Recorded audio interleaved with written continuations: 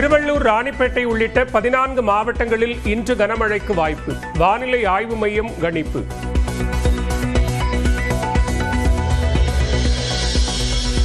சென்னையில் இன்று மிதமான மழைக்கு வாய்ப்பு. வரும் 26ஆம் தேதி முதல் 3 நாட்களுக்கு கனமழை பெய்யும் என்றும் கணிப்பு.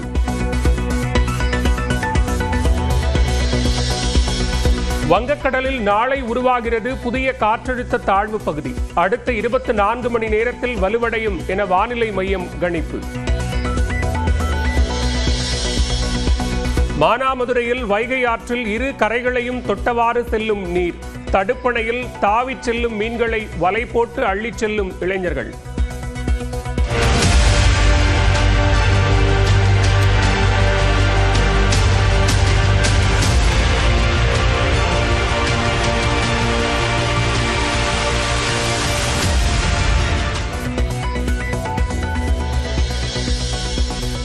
ராமநாதபுரம் மாவட்டத்தில் விளைநிலங்களில் குளம் போல தேங்கிய நீர். திருவாரூர், நாகை மாவட்டங்களிலும் நீரில் மூழ்கி நெற்பயிர்கள் சேதம். விழுப்புரம் மாவட்டத்தில் உள்ள வீடூர் அணையிலிருந்து 4410 கன அடி நீர் திறப்பு. புதுச்சேரியில் பிள்ளையார்குப்பம் பகுதியில் பெருக்கெடுத்து ஓடும் வெள்ளம். வேலூர் கன்சால்பேட்டை பகுதியில் குடியிருப்புகளை சூழ்ந்த வெள்ளம். பொதுமக்களை மீட்ட தீயணைப்புத் துறையினர்.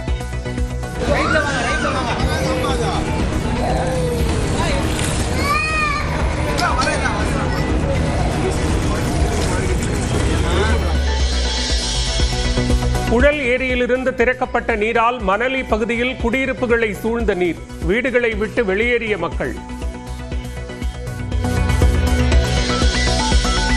செம்பரம்பாக்கம் ஏரியிலிருந்து கூடுதல் நீர் திறப்பு. வினாடிக்கு 500 கன அடியிலிருந்து 750 கன அடியாக உயர்வு.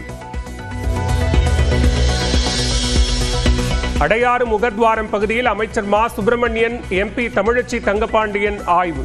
40,000 கன அடி நீர் வந்தாலும் பாதிப்பு ஏற்படாது என அமைச்சர் உறுதி. இந்த அடையாற்றில் ஒரே நேரத்தில் 40,000 கன அடி தண்ணீர் வந்தால் கூட குடியிருப்புகளை பாதிக்காது என்கின்ற நிலை இன்றைக்கு இந்த அரசால், மாண்புமிகு முதல்வர் அவர்களால் ஏற்படுத்தப்பட்டிருக்கிறது.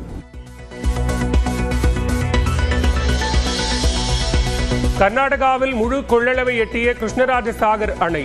40,000 கன அடி வரை நீர் வெளியேற்றப்பட உள்ளதால் காவிரி கரையோர மக்களுக்கு வெள்ள அபாய எச்சரிக்கை. தென்காசி மாவட்டத்திற்கு வரும் 29, 30ஆம் தேதிகளில் முதலமைச்சர் மு க ஸ்டாலின் சுற்றுப்பயணம். ராமநாதபுரம் மாவட்டம் பசும்பொன்னில் தேவர் நினைவிடத்தில் வரும் 30ஆம் தேதி மரியாதை செலுத்துகிறார். தேவாவின் சகோதரரும் இசையமைப்பாளருமான சபேஷ் காலமானார். சிறுநீரக பிரச்சனையால் மருத்துவமனையில் உயிர் பிரிந்த நிலையில் திரை பிரபலங்கள் இரங்கல்.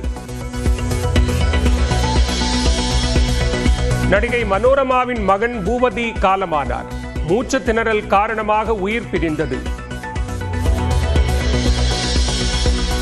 காரைக்காலில் 8ஆம் வகுப்பு மாணவனை குளிர்பானத்தில் விஷம் கலந்து கொடுத்து கொலை செய்த வழக்கு. பெண்ணுக்கு ஆயுள் தண்டனை விதித்து மாவட்ட நீதிமன்றம் தீர்ப்பு. காவல் நிலையத்தில் பேச்சுவார்த்தை நடத்துவது என்பது கட்ட பஞ்சாயத்து நடத்துவதற்கு சமம். உயர்நீதிமன்ற மதுரை கிளை கருத்து. மதுரையில் பெட்ரோல் ஊற்றி பட்டாசு வெடித்த விவகாரத்தில் 2 கைது. 4 பிரிவுகளின் கீழ் வழக்கு பதிவு செய்து செல்லூர் காவல்துறையினர் விசாரணை.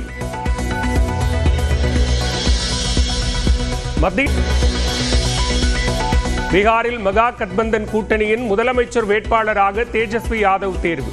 விகாஷில் இன்சான் கட்சித் தலைவர் முகேஷ் சகானிக்கு துணை முதலமைச்சர் பதவி வழங்கப்படும் என்றும் அறிவிப்பு. மும்பையில் வணிக கட்டடத்தில் பயங்கர தீ விபத்து. தீயை அணைக்க தீயணைப்பு படையினர் போராட்டம்.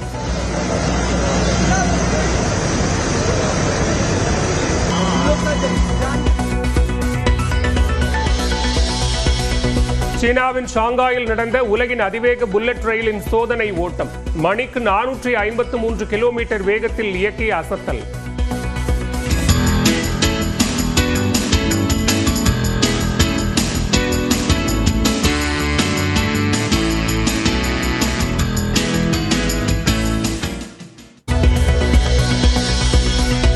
திருவள்ளூர், ராணிப்பேட்டை உள்ளிட்ட 14 மாவட்டங்களில் இன்று கனமழைக்கு வாய்ப்பு.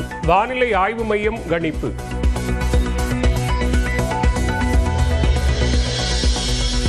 சென்னையில் இன்று மிதமான மழைக்கு வாய்ப்பு. வரும் 26ஆம் தேதி முதல் 3 நாட்களுக்கு கனமழை பெய்யும் என்றும் கணிப்பு.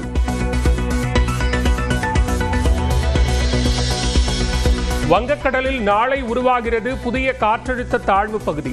அடுத்த 24 மணி நேரத்தில் வலுவடையும் என வானிலை மையம் கணிப்பு. மானாமதுரையில் வைகை ஆற்றில் இரு கரைகளையும் தொட்டவாறு செல்லும் நீர். தடுப்பணையில் தாவிச் செல்லும் மீன்களை வலை போட்டு அள்ளிச் செல்லும் இளைஞர்கள்.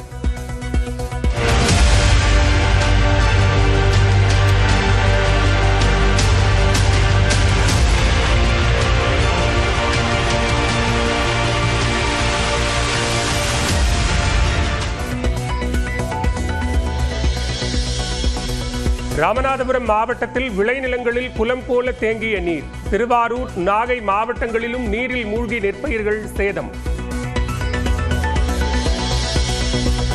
விழுப்புரம் மாவட்டத்தில் உள்ள வீடூர் அணையிலிருந்து 4410 கன அடி நீர் திறப்பு. புதுச்சேரியில் பிள்ளையார்குப்பம் பகுதியில் பெருக்கெடுத்து ஓடும் வெள்ளம்.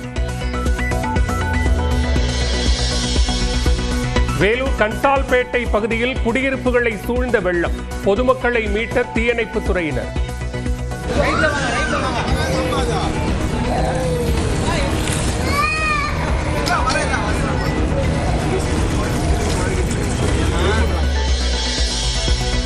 புழல் ஏரியிலிருந்து திறக்கப்பட்ட நீரால் மணலி பகுதியில் குடியிருப்புகளை சூழ்ந்த நீர்.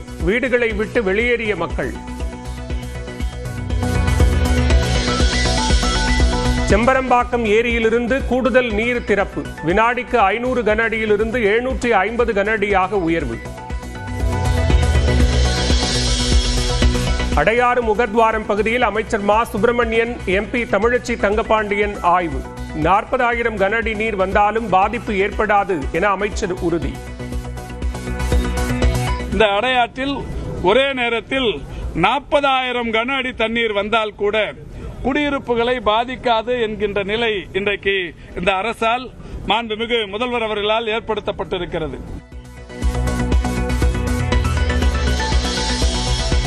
கர்நாடகாவில் முழு கொள்ளளவை எட்டிய கிருஷ்ணராஜசாகர் அணை. 40,000 கன அடி வரை நீர் வெளியேற்றப்பட உள்ளதால் காவிரி கரையோர மக்களுக்கு வெள்ள அபாய எச்சரிக்கை. தென்காசி மாவட்டத்திற்கு வரும் 29, 30ஆம் தேதிகளில் முதலமைச்சர் மு க ஸ்டாலின் சுற்றுப்பயணம். ராமநாதபுரம் மாவட்டம் பசும்பொன்னில் தேவர் நினைவிடத்தில் வரும் 30ஆம் தேதி மரியாதை செலுத்துகிறார். தேவாவின் சகோதரரும் இசையமைப்பாளருமான சபேஷ் காலமானார். சிறுநீரக பிரச்சனையால் மருத்துவமனையில் உயிர் பிரிந்த நிலையில் திரைப்பிரபலங்கள் இரங்கல். நடிகை மனோரமாவின் மகன் பூபதி காலமானார். மூச்சு திணறல் காரணமாக உயிர் பிரிந்தது. காரைக்காலில் 8ஆம் வகுப்பு மாணவனை குளிர்பானத்தில் விஷம் கலந்து கொடுத்து கொலை செய்த வழக்கு. பெண்ணுக்கு ஆயுள் தண்டனை விதித்து மாவட்ட நீதிமன்றம் தீர்ப்பு. காவல் நிலையத்தில் பேச்சுவார்த்தை நடத்துவது என்பது கட்ட பஞ்சாயத்து நடத்துவதற்கு சமம். உயர்நீதிமன்ற மதுரை கிளை கருத்து. மதுரையில் பெட்ரோல் ஊற்றி பட்டாசு வெடித்த விவகாரத்தில் 2 கைது. 4 பிரிவுகளின் கீழ் வழக்கு பதிவு செய்து செல்லூர் காவல்துறையினர் விசாரணை.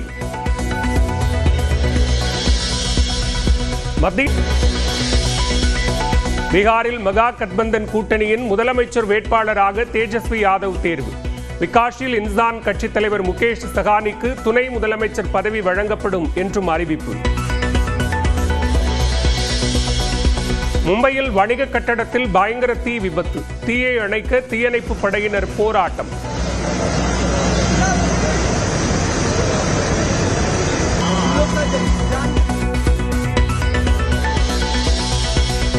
சீனாவின் ஷாங்காயில் நடந்த உலகின் அதிவேக புல்லட் ரயிலின் சோதனை ஓட்டம். மணிக்கு 453 கிலோமீட்டர் வேகத்தில் இயக்கிய அசத்தல்.